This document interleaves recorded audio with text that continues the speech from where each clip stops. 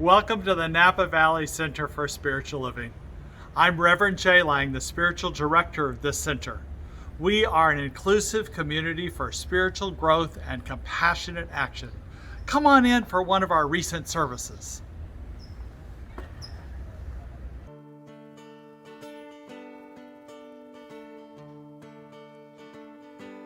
Sitting by the river, breathing in the smell. The stones are smooth and weathered, they wear the weather well. They wear the weather well.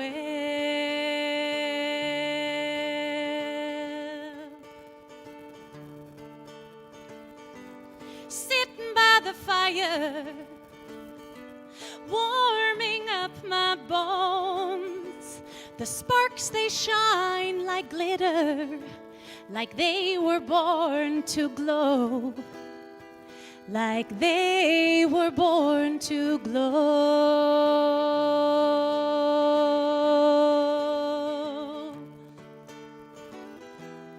Where do I go from here? And what do I learn from here?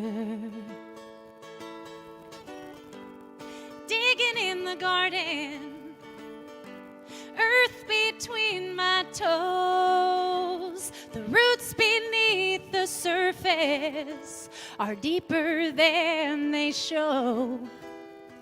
They're deeper than they show.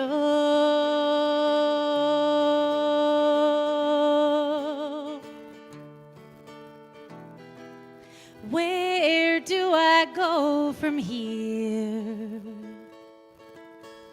And what do I learn from here? Flying like an eagle, soaring through my dreams, living life on purpose. Love washes over me. Love's washing over me.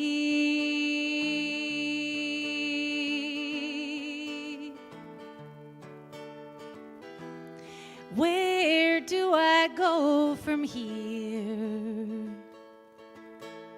And what do I learn from here?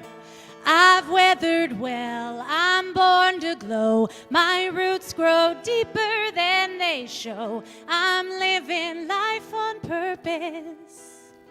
Here we go. 1, 2, 3, 4.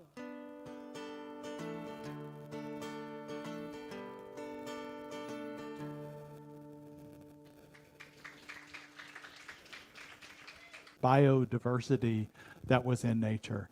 It had some similarities with the forest and oceans that are here, lakes and rivers, but it was even a little more extreme because it was a little wilder. I mean, the Columbia River that I was near most of the time, it's 4 miles wide. 4 miles wide. So it's this, lots of water coming through there, a combination of the Snake and the Willamette and several rivers coming together, and you go over this long bridge to cross it. It's quite amazing to see that. It was quite inspiring to do that. But I love this idea of biodiversity that wakes us up. And what happens with it, my concern about our biodiversity is that it's essential to the health of our bodies, of our mind, and our emotions. It's essential to the health of this planet. Do you know on this planet there's 8.7 million species, some which aren't even known about. You can take a spoonful of dirt, of earth, and there's between 10 and 50,000 different types of bacteria in that one spoonful. So this biodiversity is just so important, and we have that same kind of diversity of bacteria in our bodies, which is important. And I've heard stories of people that have had their bacteria messed up so that they have to go through procedures to get that back into balance. But I'm also concerned about the way that we are, what I would call the paradigm of dominion. And some people justify that from the story of Adam and Eve, that we have dominion over the earth, so that we clear wild areas, we poach, we hunt unethically. There's pollution, climate change. All these things affect the biodiversity of our planet. We've lost many animals already, not counting the dinosaurs. I don't know if I really count them. I'm kind of glad we don't have T-Rexes roaming around the earth, but still, changes in the earth do change the biodiversity, and it's going, if it continues, going to affect us.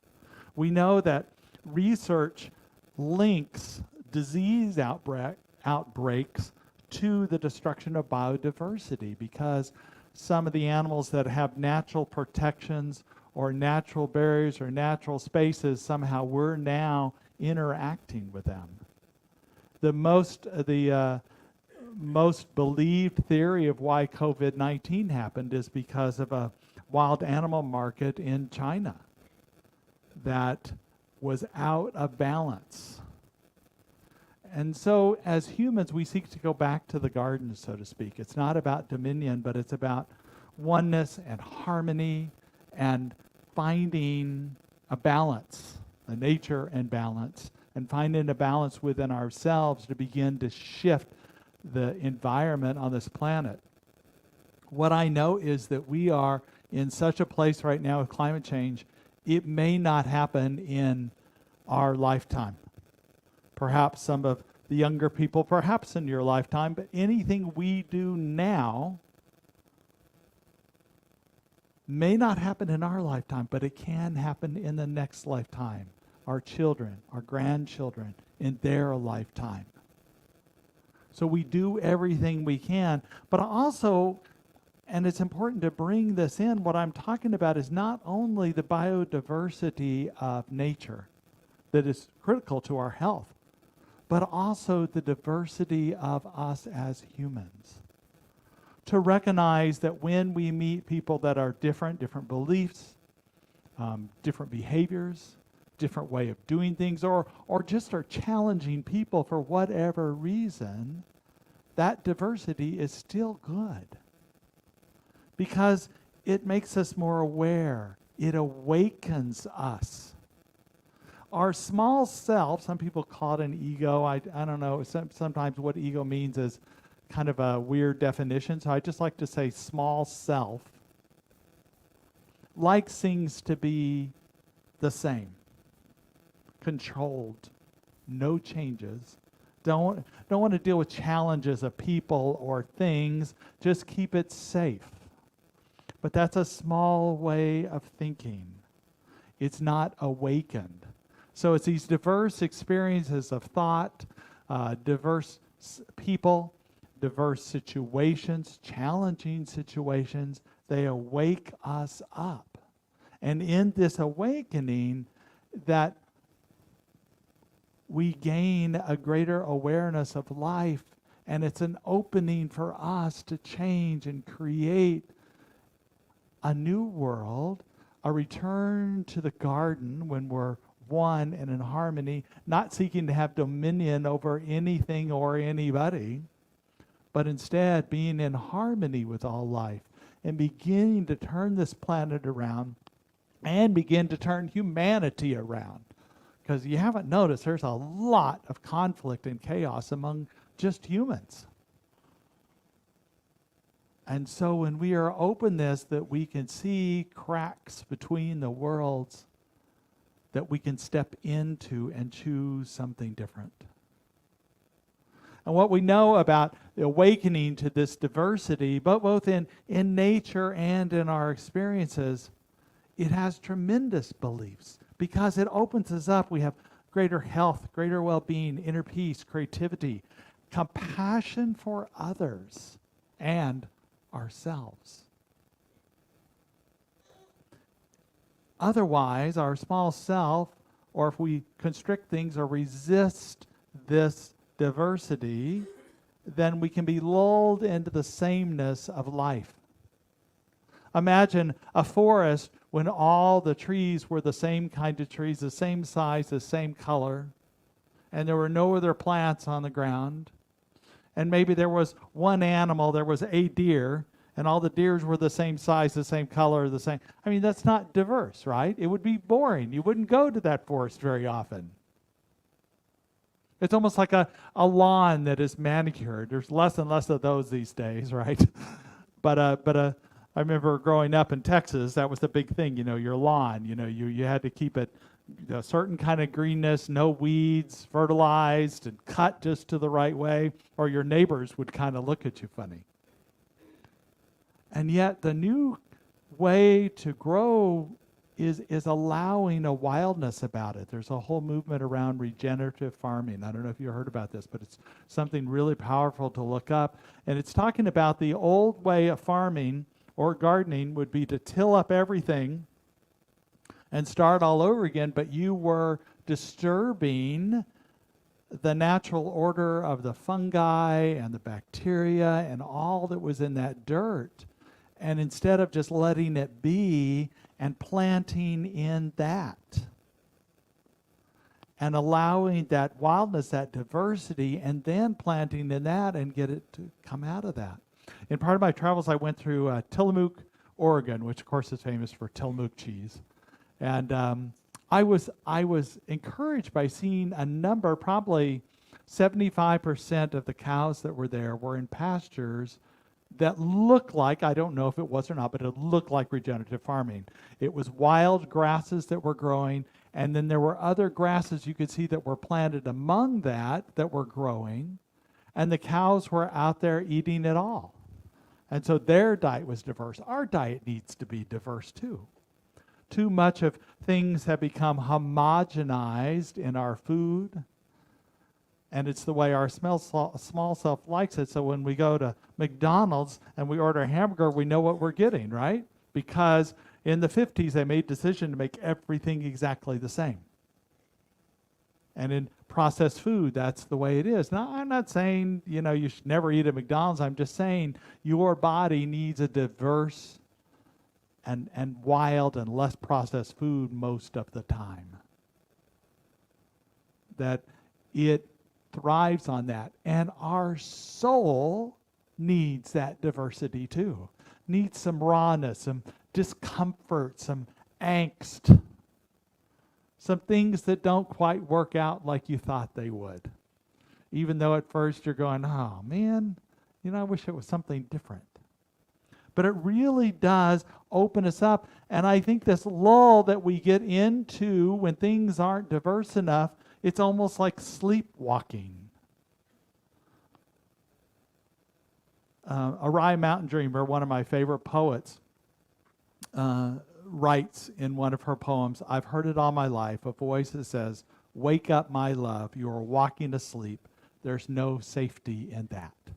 I mean, if you can imagine yourself sleepwalking around the world, you can bump into things, you cannot pay attention to things, people, opportunities.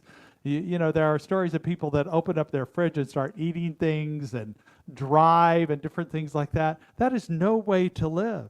She goes on to say, remember what you are, and let a deeper knowing color the shape of your humanness.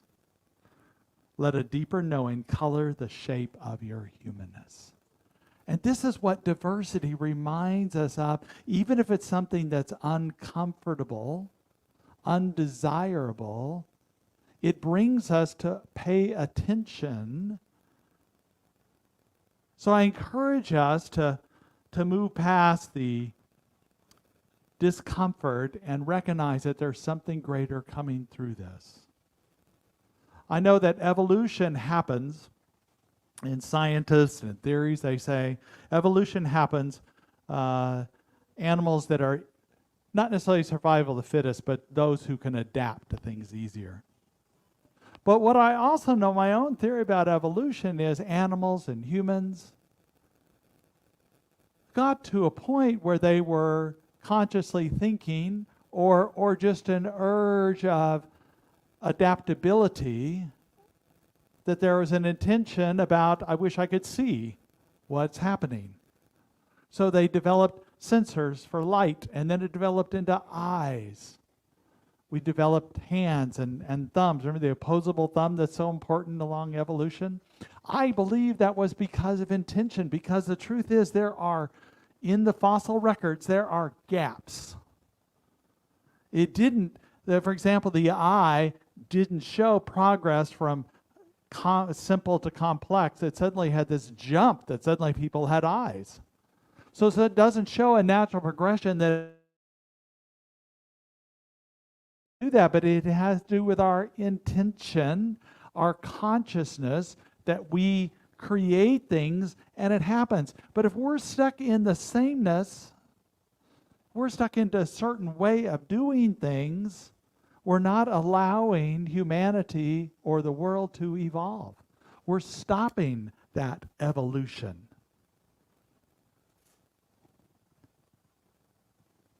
And we need to allow ourselves to have a deeper knowing that colors the shape of our humanness. Allow that diversity. And so through this, here's the picture. It's out of order. There's the family I mentioned about. Just taking a moment. It's going to be dark pretty soon, you know. But then resist it. I begun our outcome, what you called them a whatchamacallit or thing. But unique people are sometimes, or somebody I don't know that well and they're having challenging moments and they're challenged to me, but maybe that's just my perception, maybe that's just my judgment. So I just say to myself, because I know this diversity is good for my soul, so I just say to myself, as I'm listening, as I'm responding, or I notice this undesirable outcome that I thought I was doing my prayers, and this didn't seem to work out like I thought I was going to, but I just say to myself, good for my soul. Good for my soul. Sometimes I say it a little faster at first when I'm dealing with a situation, good for my soul, good for my soul. Good. But then I slow down, good for my soul, and I find this peace that's there. And from that peace, I can choose something greater, something higher. But if I don't get to that peace, I'm stuck in the judgment, I'm stuck into this concern about this person, I'm not going to find that highest good. I'm going to choose something that is not the highest and best. It's just a moment. It's just an impulse, and it's out of my small self. So good for my soul. Good for my soul. Good for my soul. And I can just breathe into that and know the truth of who I am in all ways. What I know also from this place of peace, it doesn't always mean yes. It does.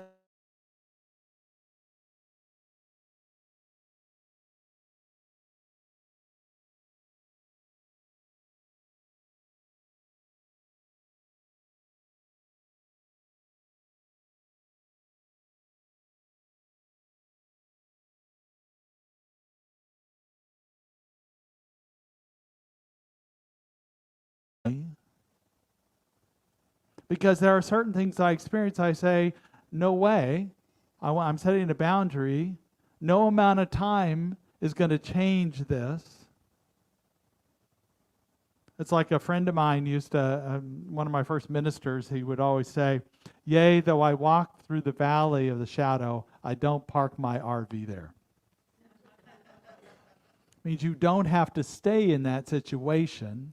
It doesn't mean that this is what it is, so now it's like this. Accept that it is. I mean, first of all, you have to accept what it is, but then know from this place of peace, it's good for my soul that you choose from there. I mentioned the Columbia River earlier. I think that, yeah. So this is a hard picture, but let me explain what this is. These are both pictures of the Columbia River. And this is where I stayed, was called the Cape of Disappointment. Now, the Cape of Disappointment, I know, great name, right? But I found out the reason why it's called the Cape of Disappointment is so many ships had come from the Pacific Ocean trying to get into the Columbia River. And the Columbia River, at that time, it was 5 miles wide. I'll tell you why it's only 4 now. 5 miles wide, going out into the ocean. The waves were just, all the currents were going crazy, and ships couldn't get in there, so many of them wrecked, including ships trying to bring lighthouse parts in and different things. So it was disappointing that so many ships wrecked, right? So what they did is they built these jetties out. So you can see on the left side, the jetties where the ocean's coming up to it, and those waves aren't coming to the other side. And not only that, on the right picture shows the jets coming, the waves coming to the jetties, and it holds the river back. So this whole area in the right side was part of a big state park called Cape Disappointment State Park. And it was a whole area of land that wasn't there before because it was marshland from the river. So not only did it set a boundary and it made the Columbia River navigable for ships, it allowed space for more life to happen. And what I know is when we're able in our lives to set boundaries for people that, I love you, and this behavior is not acceptable. This behavior doesn't work for me.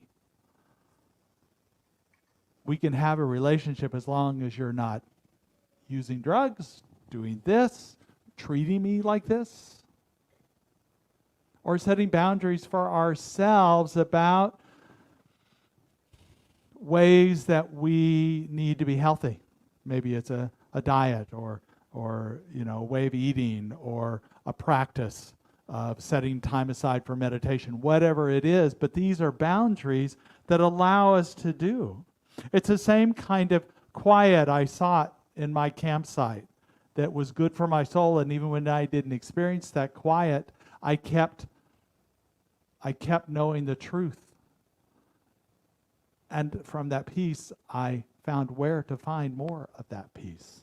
But if I kept in that judgment, it never would have happened. So I invite you to be part of this idea of allowing this practice, this spiritual practice, of when you're struggling with your judgments or emotions or a situation or a person, just say, good for my soul, good for my soul. And then also another invitation I have for you is to be weird together. I know, exactly, right? Because the truth is, when we're not boxed in with who we are, that we open to a greater creativity in all this way. And not only diversity among people, but ideas and thoughts and beliefs, that we open ourselves up in different ways and not be put into this box. Meryl Streep, of course, the famous American actor, says, what makes you different or weird, that's your strength. And I also want to say, it's also the strength of others. So if somebody is weird, let them be weird. That's okay. Because otherwise, if we're limiting them, if we're judging them, we're holding back that idea of evolution, the idea that we're allowing humanity to evolve. Some of the weirdest people have made great scientific advancements and philosophy and art and music because they were a little weird. And now we enjoy that. So let's not hold people back. I came across some stories of 4 teenagers. And first of all, I think teenagers, this new generation isn't buying into the paradigm of domination. They're looking at new ways that we can use the earth in positive ways. So these 4 people, they're Topeka Kurup, who did a low-cost water purification system. There's other water purification systems, but this one's low cost, so it's more accessible. Aza Abdel Hamad Faid developed a way for plastics to be made into biofuel. Robert, I think I missed one there. So, the one in the upper hand corner, Benjamin Cho, he developed a prosthetic arm that would respond to thoughts. Now, there are other prosthetic arms that could do that, but he developed his in his own at his own house where he lived with his mom, right? and developed it to where it's low cost, and you don't have to have major surgery to do it. And he printed all the information how to do it yourself online. How many people do you know that are going to do that, right? And finally, this Robert Susani, he developed a new engine for electric cars because our current electric cars depend on batteries that use rare metals. And he said, why do we need, there's surely other ways. So he developed using it more common metals, which makes it more accessible. Once again, the people that are developing batteries, their way in the paradigm of Dominion, when they were running out of rare metals, they decided they're developing robotics to start mining the ocean for these rare metals. That's not going to work to help the earth.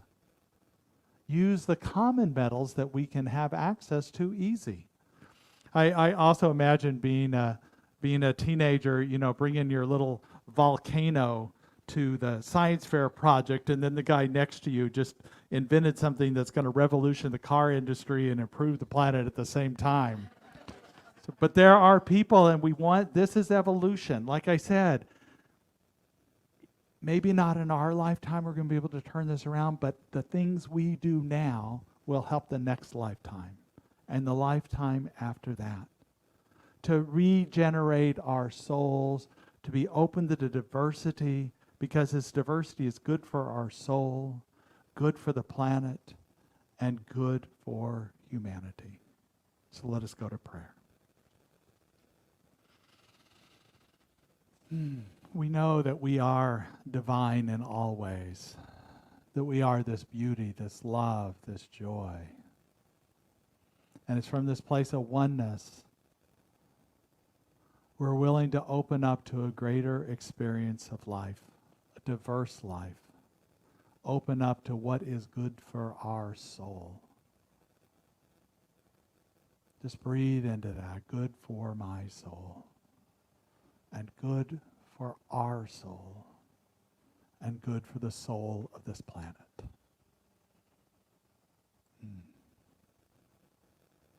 I know this to be the truth as I release it into the law, knowing it is so. And gratitude and love and joy, I say, and so it is. In divine, perfect time, everything is unfolding in divine, right, perfect time.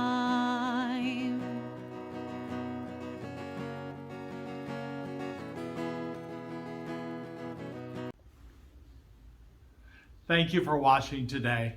If you would like more information about us, scan the QR code or go to nvcsl.org, or join us on Sundays at 10:30. Live music, great messages, and a beautiful community. All are welcome.